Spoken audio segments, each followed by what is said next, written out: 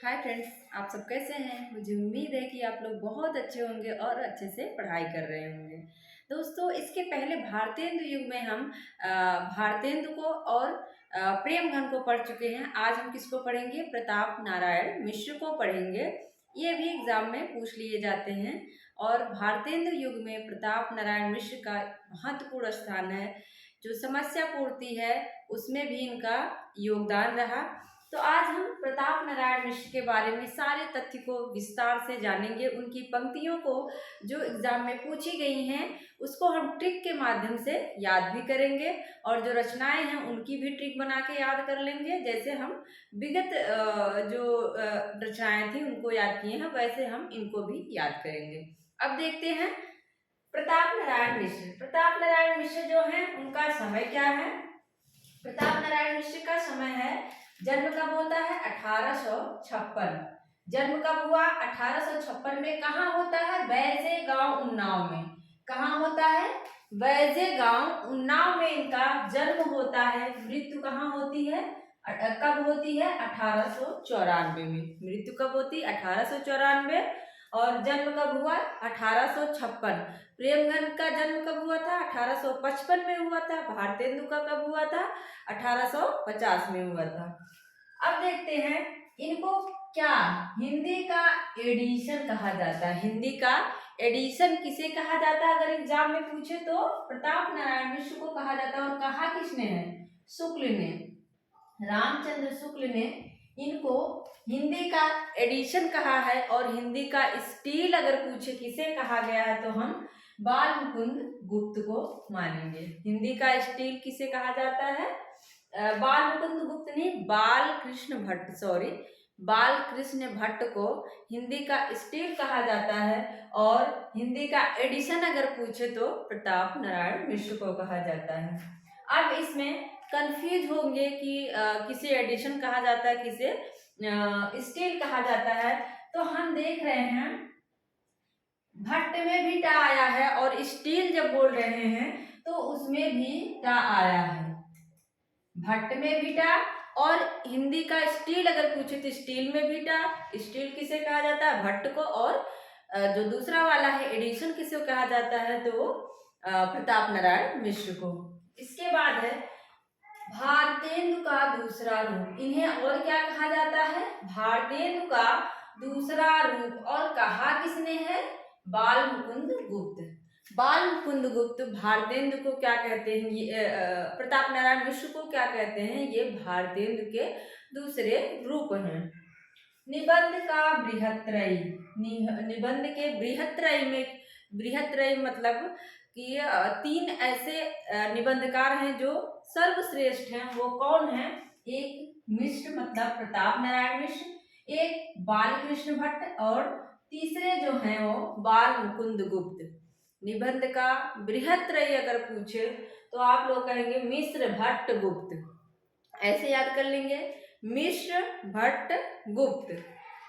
ये हो गया। इसके बाद है रचनाएं। इसके पहले ये जान लीजिए कि जो कौन था, शकुंतला नाटक था, उसमें इन्होंने रोल किया था।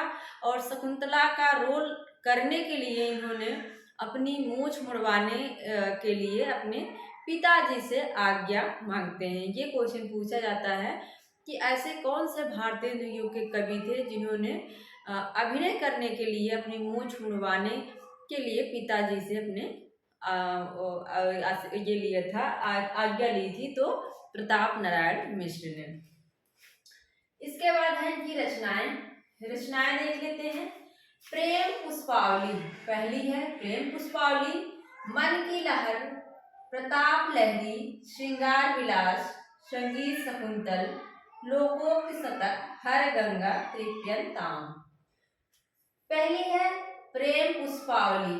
प्रेम पुष्पावली, इसकी जो ट्रिक है, प्रेम का पुष्प लेके कहा। अगर प्रेम फुलवारी अगर पूछे तो आप लोग क्या कहेंगे? प्रेम अगर फुलवारी पूछ रहा है तो वो किसकी है? आप लोग कमेंट बॉक्स में इस प्रश्न का उत्तर दीजिएगा, प्रेम फुलवारी किसकी है?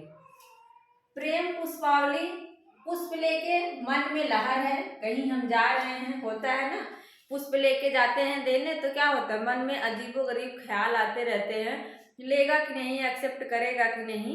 तो क्या है, प्रेम पुष्पावली लिए हैं और मन में अजीब तरह से लहर उठ रही है, मन की लहर।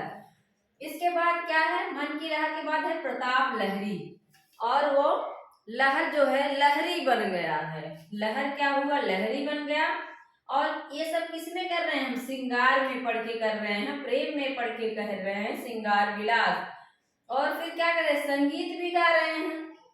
होता है ना, फिल्मों में दिखाता है, फूल लेके जाते हैं तो गाना भी बजता है, गाना भी आता है, तो वही श्रृंगार में कर रहे हैं और ये सब संगीत भी गा रहे हैं। फिर जा रहे हैं लोकोक्ति शतक, और लोकगीत भी गा रहे हैं। लोकोक्ति शतक को लोकगीत, संगीत और लोकगीत दोनों गा रहे हैं, तो लोकोक्ति शतक हो जाएगा। फिर क्या होता है, हर हर हर गंगा हो जाता है, और तृप्यंताम क्या होता है, सब कुछ क्या है, गंगा में मिल जाता है, और तृप्यंताम मतलब तृप्ति मिल जाती है। फिर से देखते हैं, प्रेम का पुष्प लेकर मन में लहर उठ रही है, लहरी बन गई है। ये सब श्रृंगार में कर रहे हैं, और संगीत में गाते हुए, लोकगीत गाते हुए गंगा में मिल जाता है सब कुछ। और फिर या ऐसे कर लेते हैं, गंगा के किनारे जाते हैं, और फिर क्या होता है, तृप्यंताम, सब कुछ तृप्यंताम, सब तृप्त हो जाता है, कुछ नहीं बचता। इसके बाद है संपादित ग्रंथ। यहाँ पे संपादित ग्रंथ, इन्होंने संपादन किस किस ग्रंथ का किया, तो दीवाने बरहम एक उर्दू कविता थी, उर्दू कविता दीवाने बरहम, इसको इन्होंने संपादित किया। एक और रचना है जो संपादित की, रसखान शतक, इसका भी संपादन मिश्र जी ने ही किया। कुछ और रचनाएं हैं इनकी जो पूछी जाती हैं, ककराष्टक है, होली है। अगर सिर्फ होली पूछे, अगर सिर्फ होली पूछता है तो आप लोग किसको कहेंगे, ये भारतेंदु की रचना है। ये किसकी रचना है, भारतेंदु की। लेकिन होली है पूछता है तो किसकी हो जाएगी, प्रताप नारायण मिश्र की हो जाएगी। बुढ़ापा भी इन्हीं की है और गो रक्षा भी इन्हीं की है।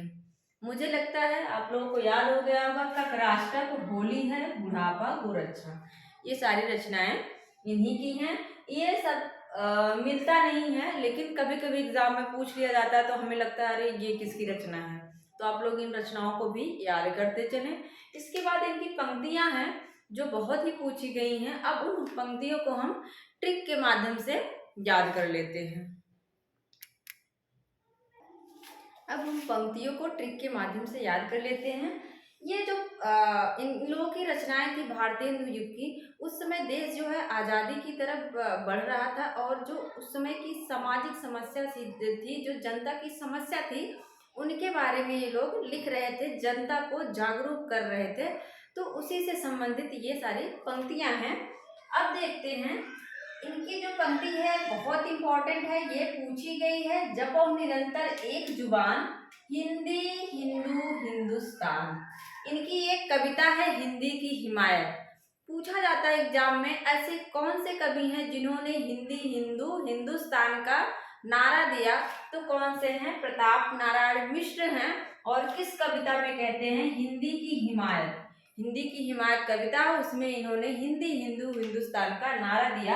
अब इसको याद कैसे रखेंगे, अब प्रताप नारायण मिश्र को हम प्रतापी करके बना लेते हैं कि ये बहुत प्रतापी थे, जैसे हमने प्रेमधन को याद किया था। तो प्रताप नारायण मिश्र बहुत प्रतापी थे, और प्रतापी लोग ही हिंदी हिंदू हिंदुस्तान कह सकते हैं ना।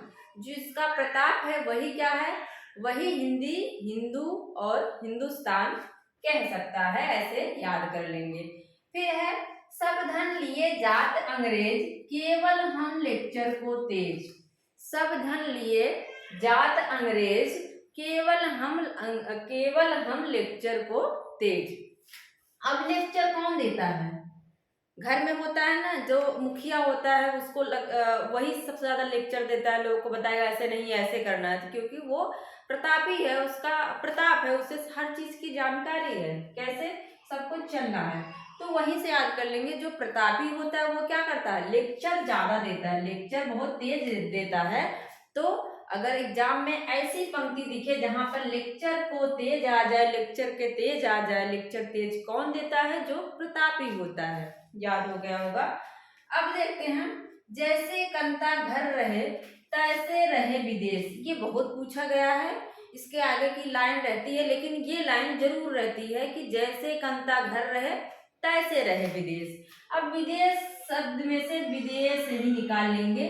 विदेश कौन जाता है? विदेश कौन जाता है? जो प्रतापी होगा वही तो विदेश जाएगा। लेकिन अब बहुत सारे लोग जो पढ़े लिखे नहीं वो भी विदेश चले जाते हैं, लेकिन हमारी जो ट्रिक है वो याद करने के लिए है। जो पढ़ा लिखा होगा, जो प्रतापी होगा वही क्या है? विदेश जाएगा। तो प्रताप नारायण मिश्र की पंक्ति है, जैसे कंता घर रहे तैसे रहे विदेश। अब है, कौन भांति त्योहार मनई है कैसे कहिए होली है। कौन भांति त्योहार मनई है कैसे कहिए होली है। आप लोगों को मैंने बताया था कि होली है जो रचना है वो किसकी है? प्रताप नारायण मिश्र की है। तो वहीं से इन्होंने लिखा है, उसी रचना में लिखा है कि कौन भांति त्योहार मनई है कैसे कहिए होली है। इसमें कोई ट्रिक लगाने की जरूरत नहीं है। हमें याद होना चाहिए कि होली है जो है वो मिश्र की है और होली जो है वो किसकी है? भारतेंदु की। इसके बाद, जग जाने इंग्लिश हमें वाड़ी वस्त्र जोय। जग जाने इंग्लिश हमें वाड़ी वस्त्र जोय।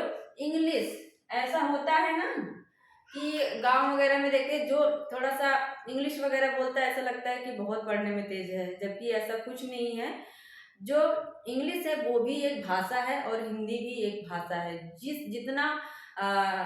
जितना महत्वपूर्ण स्थान इंग्लिश का है, उतना ही महत्वपूर्ण स्थान क्या है? हिंदी का भी है। तो वही है इंग्लिश। वहां से ट्रिक बना लेंगे, इंग्लिश हमें, जो प्रतापी होता है उसको इंग्लिश आती है, ऐसा हम याद कर लेते हैं। ऐसा दिमाग में मत डालना, क्योंकि हिंदी वाले भी बहुत कुछ कर जाते हैं। तो जिसको इंग्लिश आती है वो क्या है? प्रतापी है। इंग्लिश हमें अगर शब्द दिखा तो याद रखना, इंग्लिश हमें मतलब प्रतापी लोग।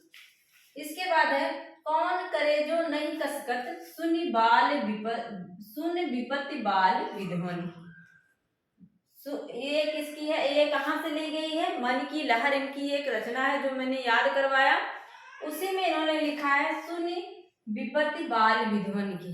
अब किसका कलेजा नहीं कसकता, यहाँ जो लाइन का अर्थ है किसका कलेजा नहीं कसकता? सुनि बाल विध्वनि की। जो बाल विधवाएं हैं, उस समय सभी को पता था कि अगर किसी की शादी बचपन में हो गई, वो विधवा हो गई, तो दोबारा शादी नहीं होती थी। तो मन की लहर में क्या है? उन्हीं बाल विधवाओं का वर्णन है और वहीं इन्होंने लिखा है, कौन करे जो नहीं कसकत सुनि विपत्ति बाल विध्वनि की। जो प्रतापी होता है वही क्या है? बाल विधवाओं की विपत्ति को सुनता है। जो प्रतापी होगा वही ध्यान देगा, नहीं तो कोई ध्यान नहीं देगा। ऐसे हम याद कर लेंगे। मुझे लगता है कि आप लोगों को याद हो गया होगा। अगर नहीं भी याद होता है तो आप लोग ऐसे ही अपनी तरफ से कुछ ट्रिक बना के भी याद कर सकते हैं। जरूरी नहीं है जो बता रहा है उसी से याद करें, लेकिन क्या होता है कोई बता देता है तो हमें जल्दी से याद हो जाता है। लेकिन आप लोग भी कोशिश करा करिए कि हम भी ऐसे ट्रिक करके पंक्तियों को याद कर लें। मेरा पूरा वीडियो देखने के लिए आप लोगों का बहुत बहुत धन्यवाद। Thank you.